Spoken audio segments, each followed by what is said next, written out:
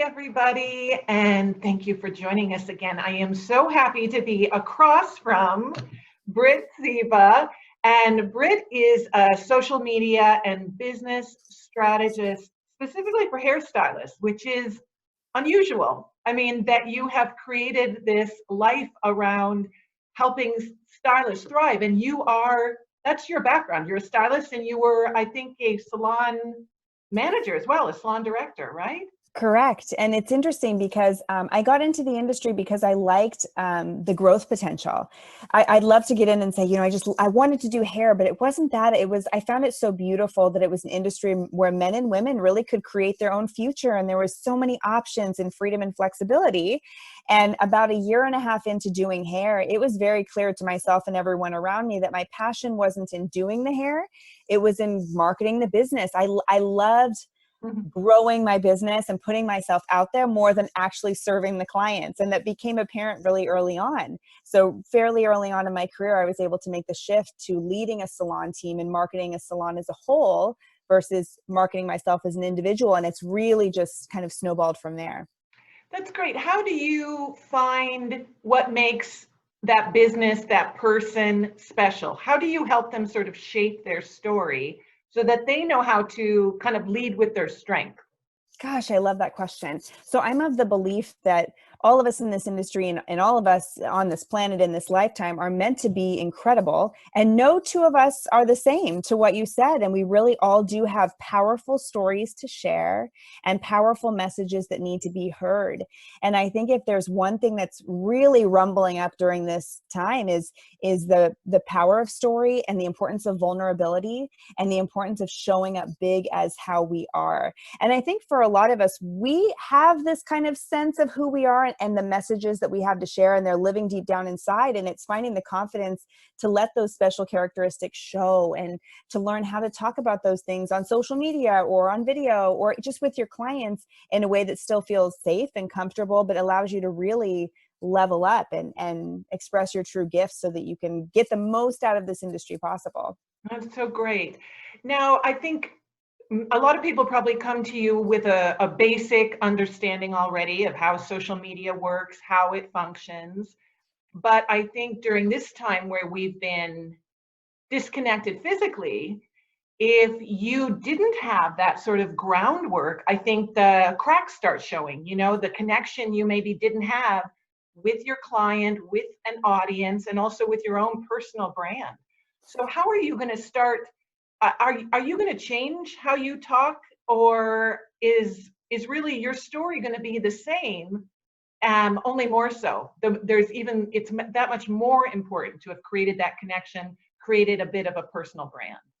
I think we're going to see that personal brand deepen. And it's interesting. I was talking to some stylists just last week on a smaller group coaching call about how social media has really evolved. There was this period of time where everything had to be very polished. And it was like, almost creating an artificial life, like a social media life that we all knew couldn't possibly be the truth. However, it was like the gold standard, right? So we all were striving to create this artificial look of perfection.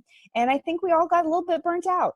And so it's been refreshing to see this bit of a shift of like, has been so humanizing for all of us. Wow. To just kind of be brought back down to earth and realizing, yes, hindsight's 2020, like what you said. A lot of us are saying, man, if I had known this was coming, I would have spent 2019 differently, 2018 differently. I would have shown up on social media differently. I maybe would have put a marketing plan in place. And so, yes, I do think the expectation to show up more and bigger and more open is there. But the beauty is it's not too late to start. Like if you weren't talking on social media now, that's okay.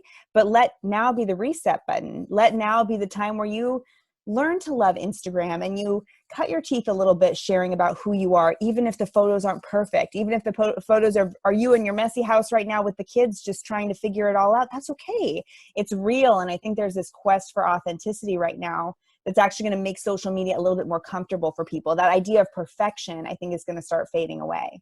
That's great. Do you have, when somebody comes to you for the first time, do you have a little bit of an exercise that you put them through?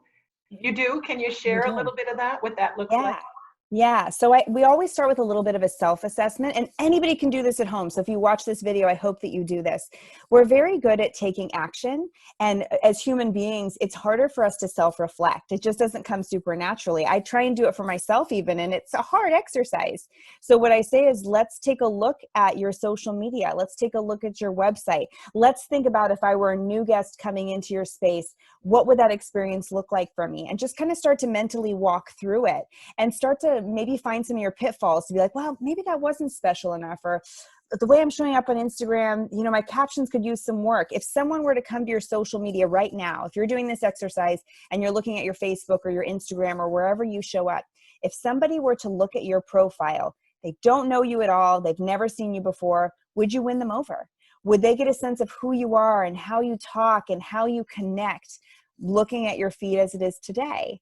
If not, that's a really good place to start, right? Figure out what somebody would need to hear to get to know your personality, what they'd want to see to set you apart from the rest. So just doing that self-reflection assessment, if I'm coaching somebody even like this, we start with self-reflection and I'll guide them through it a bit more. But that's something anybody can be doing from home, and just saying, you know, if somebody were to come across my site, my work for the first time, what would they want to see? And then just start making small steps to build that for yourself. So it's a bit of an audit, a Yeah. little review. Do you ever recommend that you have someone other than yourself, but someone who knows who you are, give feedback? Like, look at all those elements and say, this is who I see, but this does not reflect who I know? Completely. Now, here's the trick in that is you have to be wise who you ask. So a lot of stylists will say, well, I'll ask a good client.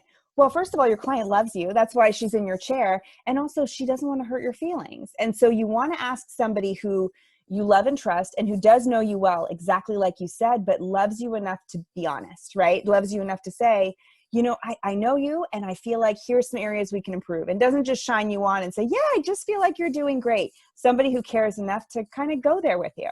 Oh, that's great. And as I said earlier when we were just chatting, I know that you're going to be part of Vision Quest with Yes. Sephora. I'm sorry that everyone's not going to be there in real time, but such is life.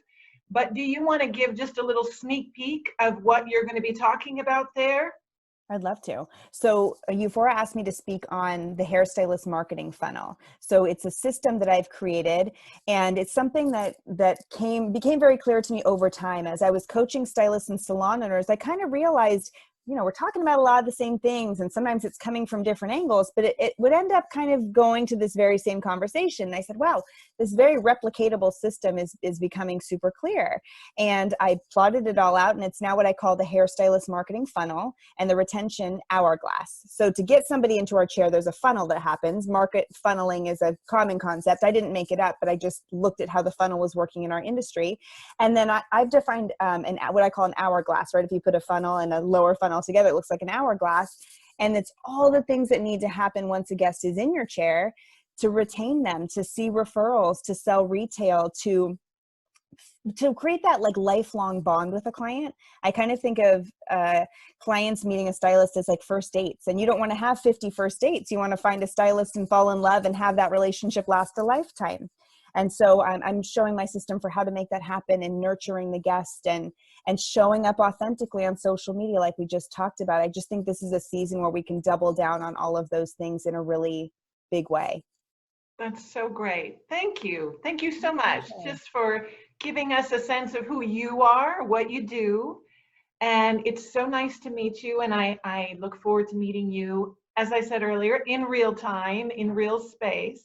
I'm going to stop recording, but if you hang on for a second, we can wrap up. Okay, sounds great.